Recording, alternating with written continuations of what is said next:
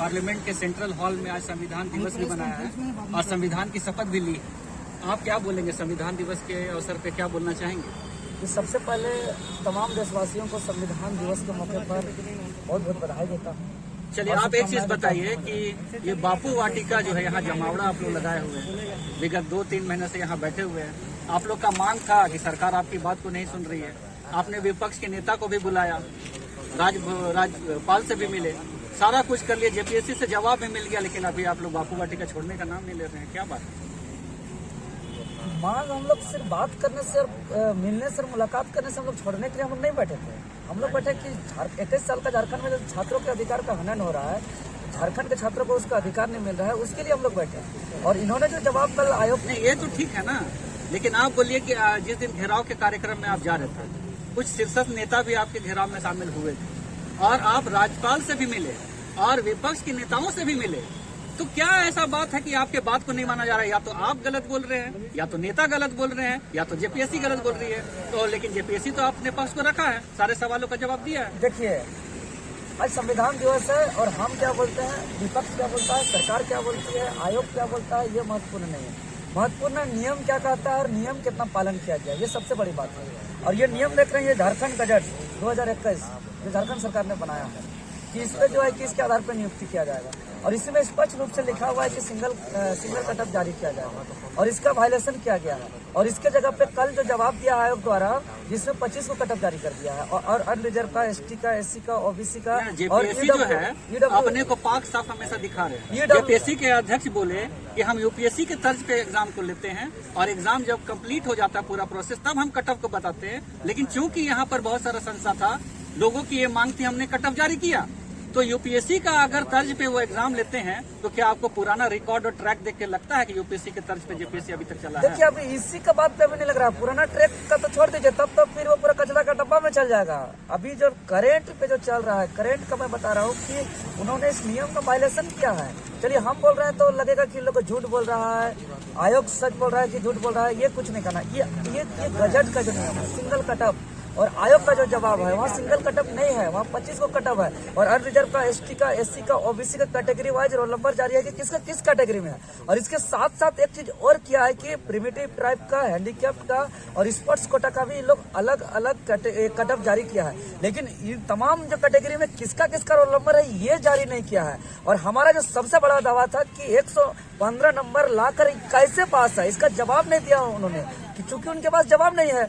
Setting cutting करके जो है कि अपना भाई भतीजावाद को, फिर भी पुत्रों को अंदर करने का साजिश रचा जा रहा है, तो जवाब है नहीं तो दिया नहीं। तो दूसरी, अगर इस तरह का हम और दावा ठोकेंगे कि कम नंबर ला करके कैसे जो है कि लोग पास हो गया, तो उन्होंने छुपाने का लुका छिपी खेल रहा है। एक अपना हथकंडा रखा हुआ है कि इसको किसी को जो है कि तुरंत ये लोग सर्टिफिकेट भी बना देगा, हैंडीकैप्ड बना देगा, हैंडीकैप्ड कोटा में डाल देगा, किसी को स्पोर्ट सर्टिफिकेट बना के स्पोर्ट कोटा में डाल देगा, किसी को कुछ से कुछ कर देगा और अपना जो है कि आगे का गलती का रास्ता बनाए रख रहा है। और दूसरी तरफ अगर कल का डेट में हम छात्र दावा करेंगे कि ये ज्यादा नंबर लाकर भी फेल क्यों है, तो इसका भी जो है कि उन्होंने अपना रास्ता बना के रखा है। हम लोग ने मांग किया था रिजेक्शन लिस्ट का कि किसका किसका रोल नंबर रिजेक्शन लिस्ट में है, और उन्होंने जारी नहीं किया रिजेक्शन लिस्ट। तो कल का डेट में हम ज्यादा नंबर ला के पास करने वाला का दावा ठोकेंगे तो वो कहेगा कि इसका रिजेक्ट हो गया, तो हम कहा, हम तो जांच एजेंसी है नहीं, हम उसका पुष्टि कर पाएंगे बाद में। अच्छा, मान लीजिए कि आपको गलत लग रहा है कि गलत हो रहा है, बारम्बार गलत हो रहा है, लेकिन आप तो महामहिम से ही मिले, आप वहाँ पे गुहार भी लगाए, आपकी बातों को वो सुने भी, फिर भी आपको लगता है कि अभी तक आपके साथ इंजस्टिस ही हो रहा है। नहीं, महामहिम को बोले, महामहिम ने सुना।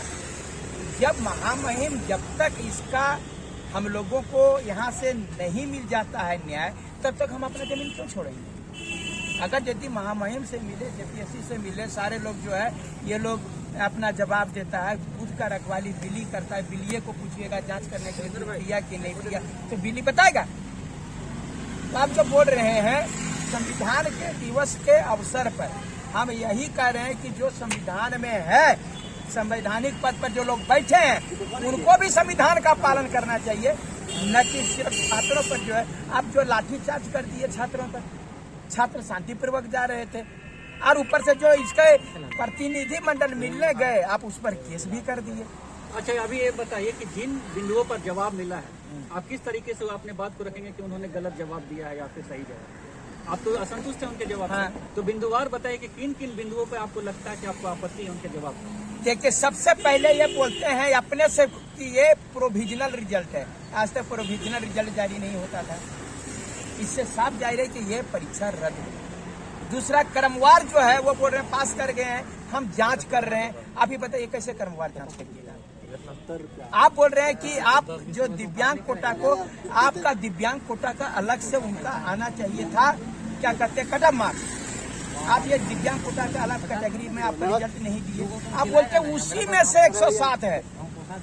आप क्यों ऐसा कर रहे हैं? आपने महिला कटअप जो जारी किया है, तो पुरुष कटअप और महिला कटअप एक है, तो फिर महिला कटअप जारी करने का औचित्य क्या है? आप इस चीज को मान रहे हैं? ये हम लोग बोलते हैं कि वह कार्बन कॉपी हम लोग जब दिखाते हैं तो बोलते हैं कार्बन कॉपी को ऑथेंटिक नहीं मानते हैं। और जब हम लोग बोलते हैं कि आप पब्लिक डोमेन में सबका नंबर जारी करिए, तो क्या बोलते हैं कि तुमको तो हुआ कार्बन कॉपी दे दिए हैं, अपना नंबर कितना है जोड़ लो। एक तरफ कार्बन कॉपी को ये ऑथेंटिक नहीं मानते हैं, दूसरी तरफ जब नंबर जारी करते बोलते हैं तुम्हारे पास में कार्बन कॉपी है। तो ये दोहरी नीति कैसे होगी? हम लोग सिंगल कटअप की बात करते हैं तो बोलते हैं कि सिंगल कटअप की व्याख्या गलत की जा रही है। अगर व्याख्या गलत की जाए तो इसके पास में कोई विद्वान आदमी होगा न, हो पढ़ा लिखा जो अंग्रेजी बुझता होगा, और हिंदी का भी कोई विद्वान आदमी होगा ना। जो कार्मिक विभाग के सचिव जो दिए थे अजय कुमार सिंह, जो उनका वीडियो मैं आपको दे देता हूँ, आप ही समझिए और हमको समझा दीजिए आकर के कि मनोज तुम गलत बैठे हो। ये कार्मिक सचिव ये नहीं बल्कि ये कहना चाह रहे हैं सिंगल कटअप के बारे में, ये कहना जेपीएससी सही है, हम मान जाएंगे, चले जाएंगे। पब्लिक डोमेन में सबका नंबर डाल दीजिए, चले जाएंगे। या तो आप हमारे उमर सीट को आप ऑथेंटिक मानिए, चले। बहुत सारे लोग का कहना है कि आंदोलन आज आपका पॉलिटिसाइज हो गया, राजनीतिक से प्रेरित हो गए आप लोग, और आपका आंदोलन गलत दिशा में चला गया, या फिर आपका मांग ही जो है वो जायज नहीं है, नाजायज डिमांड है आपका। सुप्रियो भट्टाचार्य ने भी कुछ कहा था आंदोलन को लेकर, क्या कहेंगे? जी, हमारा मांग जायज है कि नाजायज है ये तो नियम और कानून तय करेगा। कोई तय करने वाले घर पे बैठे कोई तय नहीं कर सकते। और जो आरोप और प्रत्यारोप, जो राजनीतिकरण करने का जो बात है, ये बिल्कुल निराधार है। क्योंकि हमारा आंदोलन पिछले 23 दिनों से चल रहा था। 23 तारीख को हम लोग का घेराव था, जिस दिन वर्तमान विधायक भानु प्रताप शाही और ये नवीन जायसवाल जी ने हम लोग को समर्थन दिया था। और यहाँ राज्य में बीजेपी का भी सरकार रही है। बीजेपी का जब सरकार थी तब भी हम लोग ने सत्ता पे मुखर होकर सवाल खड़ा किया है, अपना हक अधिकार के लिए आवाज बुलंद किया है। और उस वक्त जेएमएम के भी विधायक हमारे समर्थन में आए थे।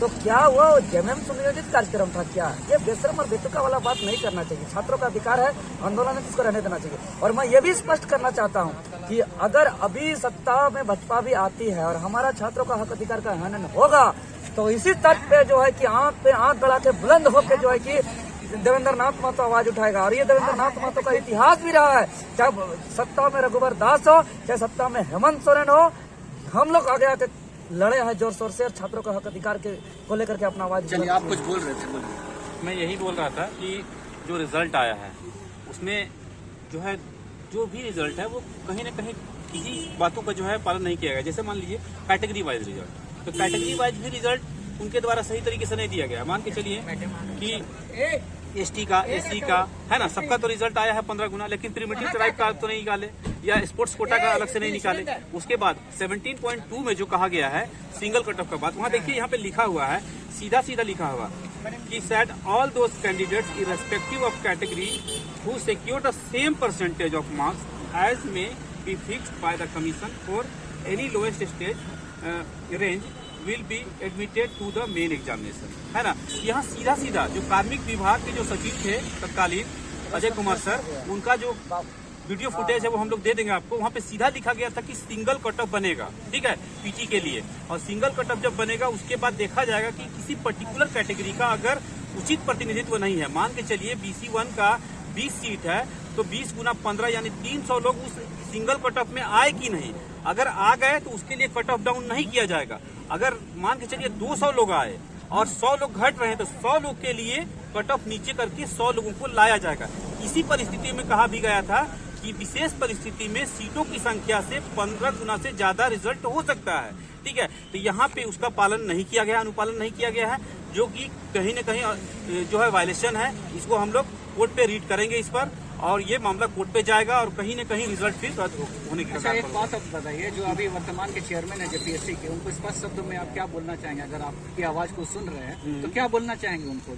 उनको हम कहेंगे कि सर, जो आप जो रिजल्ट निकाले हैं उसमें पारदर्शिता लाएं। आप 17.2 का वायलेशन जो किए हैं उसको आप अनुपालन करें, और जितने भी अभ्यर्थी परीक्षा दिए हैं सभी लोगों का OMR को आप पब्लिक डोमेन में लाएं। और उन लोग जो खास क्रमवार पास किए हैं वो 33-34 नहीं है, वैसे लोगों की संख्या 242 है। सर, मैं दिखा देता हूं आपको कहाँ पे। हाँ, ये मैं पूरा रिजल्ट को असेंडिंग ऑर्डर में सजाया हूं, और आप देख सकते हैं क्रमवार पास करने वालों का संख्या को मैं इस तरह से रंगने का प्रयास किया हूं। जो 242 लोग है ना, तो उन लोग जहाँ पे क्रमवार जो पास किए हैं उस वाले सेंटर को आप जांच करवाइए, तभी तो ये एग्जाम सही तरीके से हो पाएगी। वरना जो पैरवी पुत्र जो अंदर घुस गए हैं वो लोग हम लोगों का हक अधिकार के ऊपर सेंध मारने का प्रयास कर रहे हैं। चलिए मैडम, आप अभी यहाँ पे आए हैं इनके समर्थन में, तो जेपीएससी पुराना जो है, जो विवाद है चोली दामन का, उसके साथ रहा है और अभी भी शायद असंतुष्टि है। उस दिन आंदोलन जो हो रहा था, जो घेराव करने के लिए जा रहे थे, और जिस तरीके से पुलिस का बर्ताव रहा, छात्रों पे जो अधिकार की मांग करे तो उन पे धाराएं लगाई गई हैं, उन पे FIR दर्ज किया गया, क्या कहना चाहेंगे वर्तमान की सरकार? सबसे पहले तो मैं आपको बता दें कि उन्हीं लोग पे धाराएं लगाए हैं जो कि यहाँ के छात्र के जो नेता प्रमुख 4-5-6 लोग थे, वो जो मिलने जा रहे थे, ताकि इसको इस जो है उसको कुचल दिया जाए। और दूसरी बात, हम एक और चीज़ सबसे ज़्यादा ये है कि तो पेपर ही कहता है कि 3 जगह में सीरियल जो आप पास कर गए हैं जो स्टूडेंट, जो देखिए 75-76, ऐसा कहीं आपने देखा है? कभी भारत के कहीं भी किसी भी एग्जाम में आपने देखा 3 जिला के लोग 33 जो स्टूडेंट पास कर गए हैं? तो इसका मतलब सीधे तौर पे ये एकदम घोटाला है, गोरख धंधा है, और सरकार को जवाब देना चाहिए इस पे कि इतने स्टूडेंट के साथ जो कि दिन रात एक करके पढ़ते हैं और उसके साथ इन लोगों ने जो ये घोटाला करके इनके भविष्य को दांव पे लगा रहे हैं, तो ऐसी सरकार को जवाब देना चाहिए। और बहुत शांतिपूर्ण ढंग से स्टूडेंट गए थे अपनी बातों को रखने के लिए, उस पर लाठीचार्ज एक तरफ से कह सकते हैं सरकार अपने निकम्मेपन का, तो फेलियर सरकार है, अपने को छिपाने के लिए उन्होंने लाठीचार्ज कराया। और जिस अध्यक्ष जो बने हैं, आप सभी को पता है, वो अध्यक्ष हमेशा कंट्रोवर्सी रहे हैं, और किस आधार पर अध्यक्ष बने ये भी आप जानते हैं। तो जाहिर है कि जब आप जिस आधार पर बने उस आधार को आप चाहेंगे कि लाभ मिले। इसके चलते आज पूरे झारखंड के हमारे बच्चे नौजवानों की भविष्य दांव पे लगा। अच्छा, जो यहाँ पे जो बीजेपी के नेता लोग हुए, जो छात्र का डेलीगेशन हुआ, महामहिम से भी मिले अपने जो जस्टिस को लेकर, तो क्या लग रहा है पक्ष विपक्ष के जो ये चल रही है तो उसमें छात्र पीछे जा रहे हैं, और जेपीएससी का जो इतिहास ही रहा है, यहाँ के चेयरमैन भी गिर गए, यहाँ के सदस्य लोग भी गिर गए, लेकिन अभी जो अमिताभ चौधरी जो वर्तमान में चेयरमैन है, वो बोलते हैं कि हम यूपीएससी के तर्ज पर एग्जाम को कराते हैं, और इनका डिमांड था, इन पे संशय था, इसीलिए हम लोगों ने कट ऑफ बताया। जैसे एग्जाम के बाद यूपीएससी के तर्ज पे हम कट ऑफ को बताते हैं, तो अमिताभ चौधरी जी को आप क्या कहना चाहेंगे?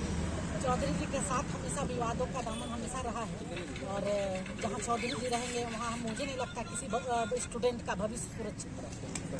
चलिए, तो आप देख रहे हैं कि अभी भी छात्र डटे हुए हैं बापू वाटिका में अपने। उनको लगता है कि इनके साथ हमेशा जो है इनजस्टिस ही हुई है, और इसी का जो है आंदोलन को लोग की रणनीति होगी।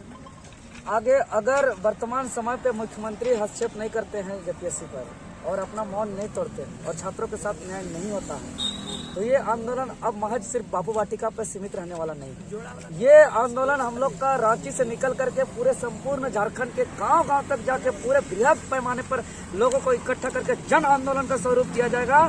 और झारखंड में झारखंड के जनमानस के अनुरूप, झारखंड के शहीदों के सपनों का झारखंड, झारखंड के आंदोलनकारियों के अरमानों का झारखंड, और झारखंड के जनता का जनाकांक्षा का झारखंड का निर्माण किया जाएगा। और उसके बाद जो है क्या जेपीएससी हो, जेएसएससी हो, तमाम मुद्दों पर जो है क्या क्लीन जो हम लोग का मूवमेंट ऑपरेशन चल रहा है, ये हम लोग पूरी तरह सुधार कर किए बिना हम लोग नहीं छोड़ने वाले हैं। और ये बहुत जल्द देखने को मिलने वाला है। चारों तरफ रांची का चक्का जाम हो जाएगा, झारखंड का असनास और पूरे तरह जो है कि झारखंड भी बंद करने का काम करेंगे। मोराबादी को हम लोग भर देंगे, 24 जिला का हम लोग दौरा करेंगे। बहुत बृहद झारखंड स्टेट स्टूडेंट यूनियन जो है कि ये जिम्मेदारी लेती है झारखंड का छात्रों का अधिकार का आवाज बनने का। चलिए, तो आप देख रहे हैं कि स्टूडेंट